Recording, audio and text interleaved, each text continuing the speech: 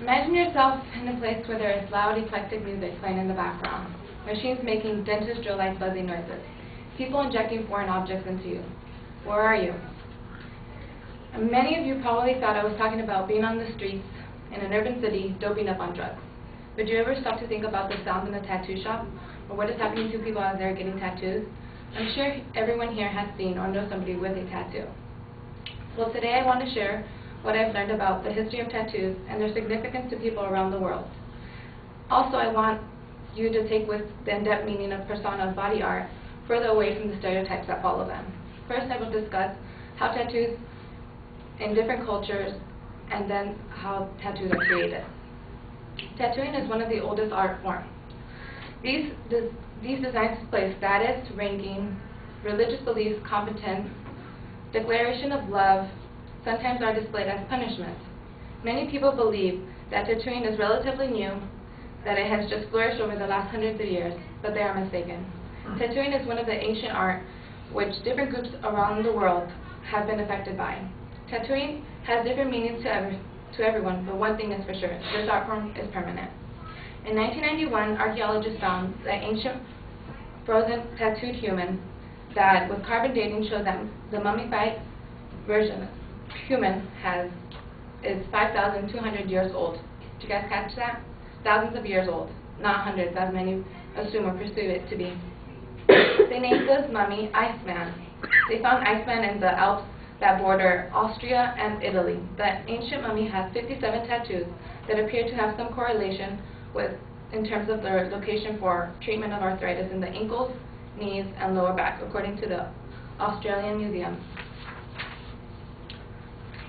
Polynesian tattoos began over 2,000 years ago. The word tattoo comes from the Tahitian word tatua, which means to mark. Tatuas are applied by skilled artists called tafugas. These artists acquire their skill from surrounding themselves from their father.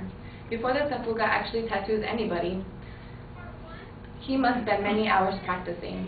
It is typical for the tafuga to practice on clothing or sandy soils with their handmade tools.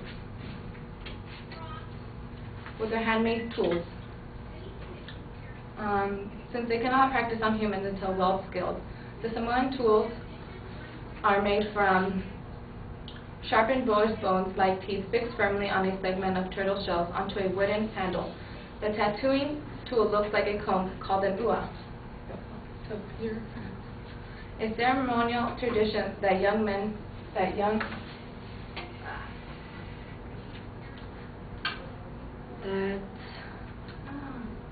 the young men Samoans begin starting from the puberty is the pia. The pia starts from the midway down past their knees.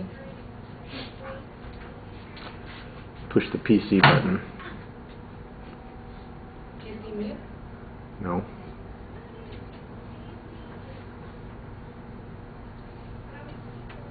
There we go. That's their tool.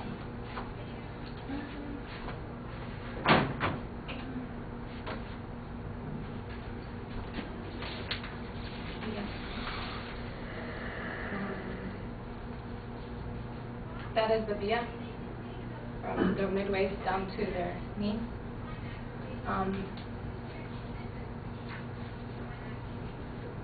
The pia is a combination of geometric patterns, as you can see here. The process of getting the tattoo takes about 3 months, and it starts when they go through puberty. The process takes so long because the tapping of the skin is so painful, so they have to wait off till like the next day and continue. The recovery process takes longer than the actual tattooing itself. It's like a year because they have to massage salt water to like purify the impurities.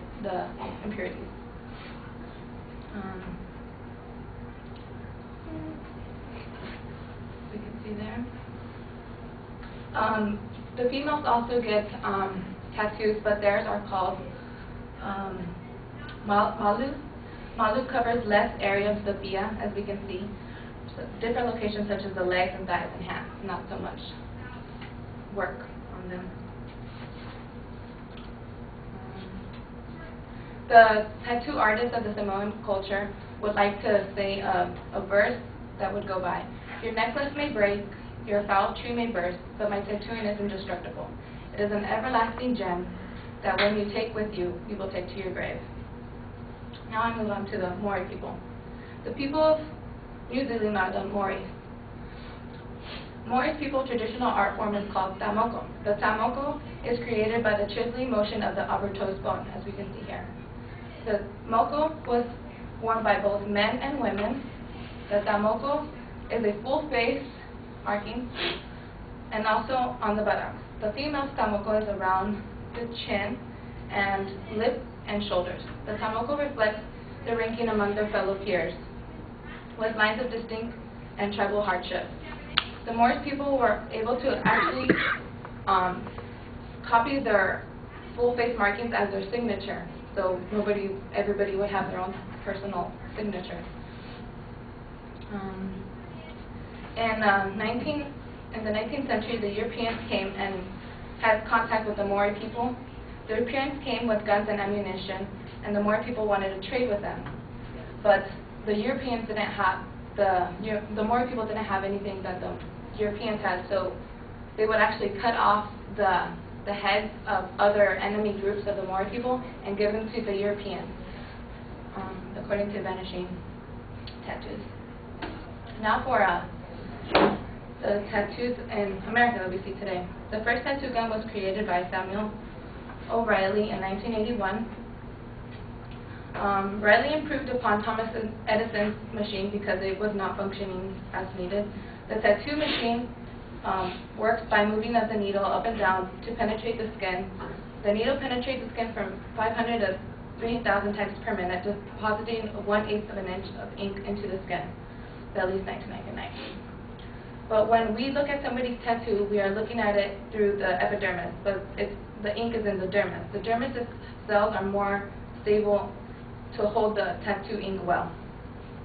Every tattoo gun has basic components to them: the sterilized needle, the tube system which it draws up the ink, the electric motor, and the foot pedal which controls the vertical motion of the needle. The tattoo artist opens up sterile needle ink and ink caps and gloves and must deposit them after the use. The tattoo artist disinfects the work area, place plastic around bottles to prevent cross-contamination, and washes his or her hands after in front of the client, shaves the client the desired location of the tattoo, and then puts on his gloves and begins. Now to conclude with a fun statistic about tattoos. In 2006, a study done by the Journal of American Academy of Dermatology found that 24% of Americans between 18 and 50 are tattooed. Well, I hope everyone here has learned something about tattoos from the history aspect, from the different culture aspect, and now commonly seen tattoos in America. So next time you see a person with a tattoo, I hope you will recall some information that I have given and not judge them for their stereotypes.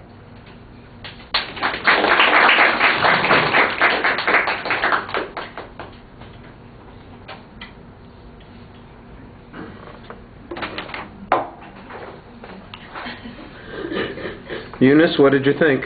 I thought it was good. I thought the visuals were pretty good too.